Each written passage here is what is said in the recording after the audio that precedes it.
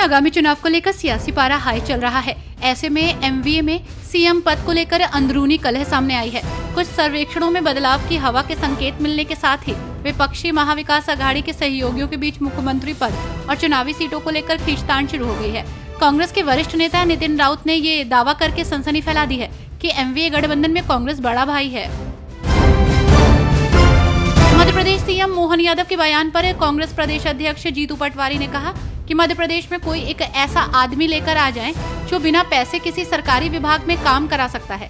पैसे लेकर कर्मचारी काम करते हैं, हमारा काम है लोगों की पीड़ा को सरकार तक लेकर जाना। मुख्यमंत्री को 9 महीने में वचन पत्र का एक भी वचन याद नहीं आया।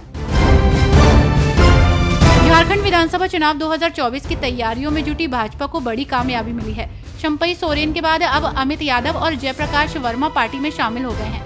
अमित यादव बरकट्टा से विधायक हैं, जबकि जयप्रकाश वर्मा गांडे से पूर्व विधायक। इनके शामिल होने से कोडरमा और गिरिडीह में भाजपा की स्थिति मजबूत होगी। कांग्रेस नेता राशिद अल्वी ने कहा कि प्रधानमंत्री और गृह मंत्री ने कहा था कि कश्मीर से धारा 370 हटने के बाद यहां आतंकवाद कम होगा, लेकिन देखा जा रहा है कि वहां रोजाना सेना के जवान शहीद हो रहे हैं और सरकार कोई कदम नहीं उठा रही है। वहां आतंकवाद बढ़ने के लिए बीजेपी की सरकार ही जिम्मेदार है। आम आदमी पार्टी ने मुख्यमंत्री अरविंद केजरीवाल की जमानत की शर्तों पर भारतीय जनता पार्टी द्वारा की जा रही बयानबाजी को लेकर प्रतिक्रिया दी है। आप के नेताओं ने स्पष्ट किया है कि सुप्रीम कोर्ट के आदेश के तहत मुख्यमंत्री केजरीवाल के कामकाज पर कोई रोक नहीं लगाई गई है। पार्टी ने भाजपा पर झूठ फैलाने का आरोप लगाया और कहा कि दिल्ली वालों के सभी काम सुचारू रूप से होंगे। केंद्रीय कृषि और किसान कल्याण मंत्री शिवराज सिंह चौहान ने कहा कि मैं पीएम मोदी का हृदय से धन्यवाद देता हूं। देश के किसानों के लिए बड़े हितैषी फैसले लिए हैं। सोयाबीन और तिलहन के दाम पिछले दिनों बाजार में कम हो रहे थे, उसके कारण किसान चिंतित थे, लेकिन सरकार ने सोयाबीन को भी समर्थन मूल्य पर खरीदारी का फैसला किया है। शिवसेना यूबीटी नेता अरविंद सावंत ने पीएम मोदी और बीजेपी पर निशाना साधा। अरविंद सावंत ने कहा, प्रधानमंत्री नरेंद्र मोदी जी ने कहा था धारा 370 हटने के बाद जम्मू कश्मीर में अमन और शांति हो जाएगी, लेकिन ऐसा नहीं हुआ।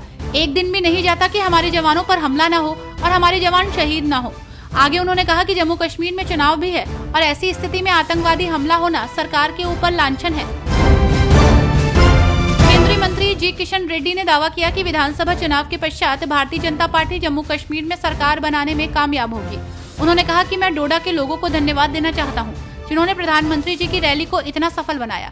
इतनी बड़ी रैली डोडा के इतिहास में कभी नहीं हुई।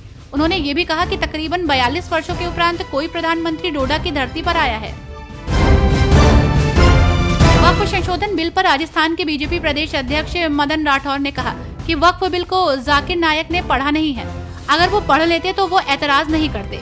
वक्फ बिल जो हम लाए हैं उसमें केवल ये बात है कि वक्फ की जो संपत्ति है उसका रजिस्ट्रेशन हो जाए, यानी कि केवल लिख दिया जाए।